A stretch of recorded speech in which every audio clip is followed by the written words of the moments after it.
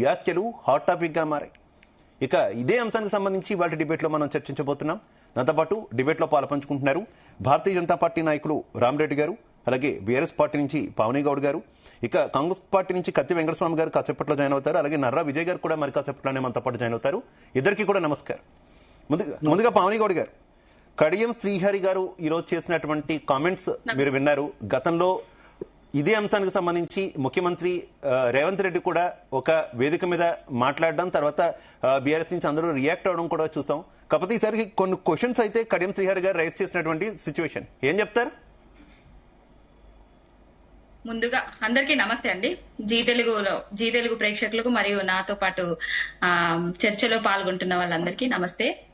అంటే ఇప్పుడు జరగాల్సింది చర్చ, అంటే ఏదైతే కాంగ్రెస్ పార్టీ అధికారంలోకి రావడానికి 6 గ్యారంటీలు 420 హామీలు ఇచ్చిందో వాటి గురించి జరగాలి. కానీ రోజు రోజుకు పిచ్చి పీక్స్ కు పోయినట్టు కాంగ్రెస్ నాయకులు కానివ్వండి, కొంతమంది కానివ్వండి, కావాలని కేసీఆర్ గారిని కించపరిచే మాటలు మాట్లాడుతున్నారు. తెలంగాణ జాతిపిత, ఎవడికిరా జాతిపిత, అహంకారపూరితమైన మాటలు మాట్లాడుతున్నారు. ఇవన్నీ తగ్గించుకోవాలి. ఇవాళ కడియం శ్రీహరి గారు ఏదైతే మాట్లాడినరో ఆయనే 2013 మేల టిఆర్ఎస్ పార్టీలో జాయిన్ అయ్యిండ్రు. 2014లోనేమో ఎంపీగా వరంగల్ నుంచి వెళ్ళి పోటీ చేసిండ్రు, ఎంపీ అయినరు. తర్వాత ఎమ్మెల్సీ తీసుకున్నారు, తర్వాత డిప్యూటీ సీఎం అయినరు. అన్ని పదవులు అనుభవించిండ్రు. అధికారం కోల్పోగానే బీఆర్ఎస్ పార్టీ నుంచి వెళ్ళి మళ్ళా కాంగ్రెస్ పార్టీలోకి వెళ్ళిపోయి కేసీఆర్ గారు రాజకీయ భిక్ష పెట్టిన ఆయనను ఇప్పుడు ఆయన మీద మాటలు మాట్లాడుతున్నారు. జనాలందరూ గమనిస్తూనే ఉన్నారు.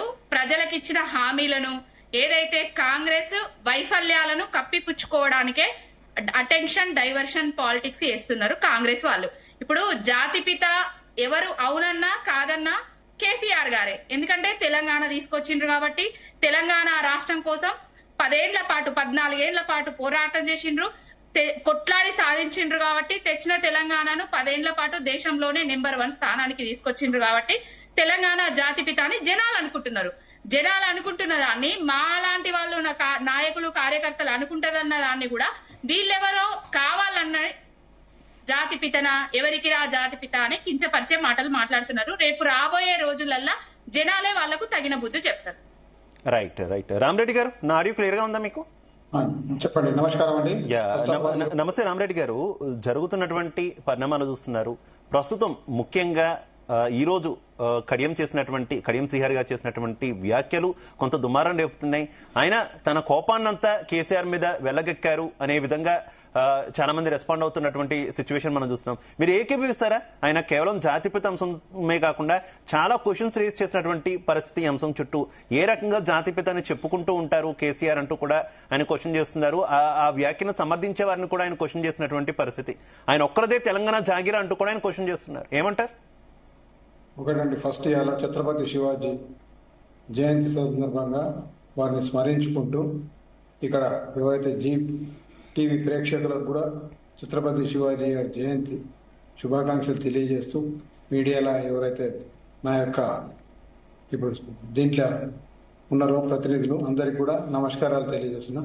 ఒకటి, ఫస్ట్ ఆఫ్ ఆల్ ఎవరన్నా వేరే వాళ్ళు అనొచ్చు, కానీ కడియం శ్రీహరి ఆ పార్టీలో ఉండి ఆయన ఏదైతే చేసిన వేరే వాళ్ళు మాట్లాడవచ్చు, కాంగ్రెస్లో వేరే వాళ్ళు సీనియర్ నుండి వాళ్ళు మాట్లాడచ్చు, కానీ దాంతో వీళ్ళు నరానికి నాలుకకు నరం లేనటువంటి నాయకులు. కానీ కేసీఆర్ కూడా ఇలాంటి వాళ్ళే నచ్చుతారు. ఎందుకు నచ్చుతారంటే తెలంగాణ ఉద్యమకారులు ఆవేశపరులు కొంచెం మాట్లాడితే ఆయన అహంకారానికి సరిపోదు. వీళ్ళు ఎవ్వరు అధికారం ఉంటే వాళ్ళని జోకేటోళ్ళు, ఆ జోకేటోళ్ళకే వాల్యూ ఇచ్చిండు. నిజంగా కూడా తెలంగాణ ఫస్ట్ టర్మ్ చేసినప్పుడు కేసీఆర్ కొంత బాగుండే, సెకండ్ టర్మ్ వచ్చిన తర్వాత నీకు 63 మందిని ఇచ్చినప్పుడు అప్పుడు ఏదో జరిగినా ఓటుకు నోటు కేసు జరిగినా ప్రజలు పట్టించుకోలేదు. ఎందుకు పట్టించుకోలేదంటే ఏదో చేయబోయి ప్రభుత్వాన్ని కానీ ఆ తర్వాత నెక్స్ట్ సెకండ్ టర్మ్ వచ్చిన తర్వాత నీకు ఏమైంది? నీకు సరిపోయే అంత మందిని ఇచ్చారు. ఇచ్చిన తర్వాత కూడా వాడిని ఎవ్వరిని ఉండొద్దు, ఏ పార్టీ వాళ్ళు ఉండొద్దు, అన్ని పార్టీలను మెర్జీ చేసుకొని ఇలాంటి వాళ్ళందరినీ చెత్తను ఈ తెలంగాణ రాష్ట్రం ఉమ్మడి ఆంధ్రప్రదేశ్కి ఎవరైతే తెలుగుదేశం పార్టీ అప్పటి నుంచి ఉన్నోళ్ళు 40 సంవత్సరాల నుంచి ఈ ఆంధ్రప్రదేశ్లో తెలంగాణ విలీనం సపరేట్ కాకముందు నుంచి ఉండి ఈ దరిద్రానికి అందరూ మూలకారకులు వాళ్ళే. వాళ్ళని తీసుకొచ్చి కొత్త వాళ్ళకి ఇస్తే ఎంత సంతోషంగా ఉండేది.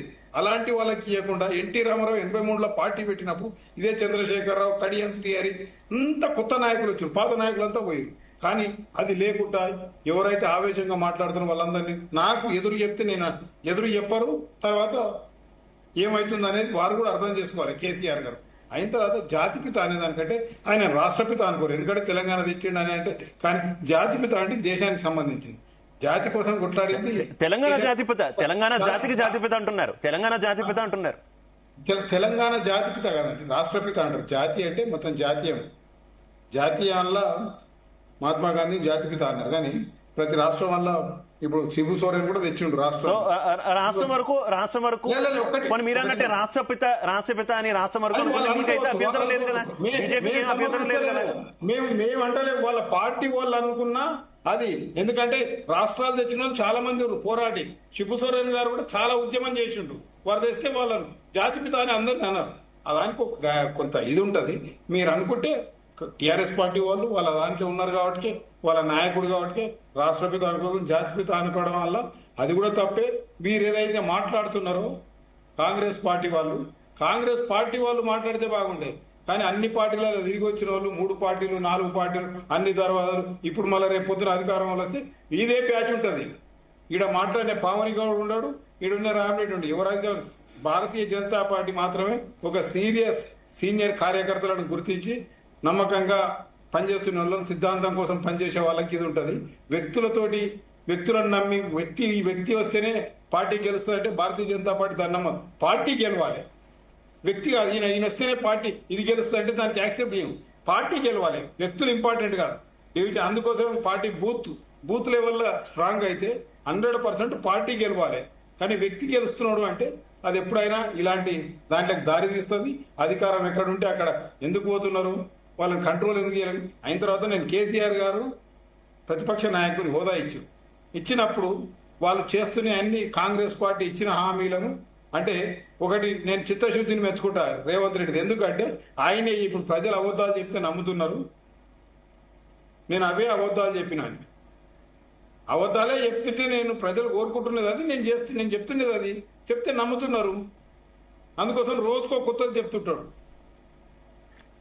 ఇది దీంట్లో కేసీఆర్ కూడా ప్రతిపక్ష పాత్ర వహించడానికి బయటికి రావాలి.